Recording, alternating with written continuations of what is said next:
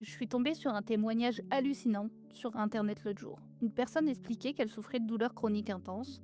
Elle avait appris à vivre avec et les ignorer autant que possible. Un après-midi, la douleur était plus vive, plus sourde que d'habitude. Elle était affalée dans son canapé, tentant de ne pas sombrer. Son chien, d'ordinaire très calme, s'est mis à agir bizarrement. Il tournait autour d'elle en gémissant doucement, il posait sa truffe froide sur son ventre, là où la douleur se concentrait. Il ne voulait pas jouer, il semblait vouloir aspirer le mal. Elle a essayé de le repousser, croyant qu'il voulait juste une caresse. Mais il est revenu, encore plus insistant, presque paniqué. Il a fini par aboyer, un son grave qu'elle ne lui connaissait pas. Il a sauté sur le canapé pour se coller tout contre elle. Il a commencé à lui lécher le visage sans s'arrêter une seconde. À cet instant précis, elle a compris que quelque chose n'allait pas. Le chien l'a forcée à se concentrer, à sortir de son brouillard. Elle a réalisé qu'elle était en train de faire un malaise vagal. Elle a eu juste assez de lucidité pour appeler les secours.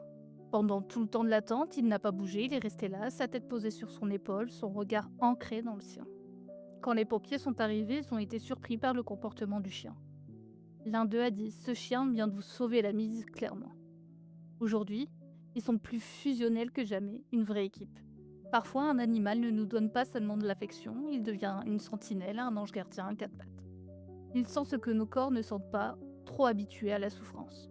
C'est un lien qui dépasse tout ce que l'on peut imaginer, une présence qui nous rappelle que nous ne sommes jamais vraiment seuls.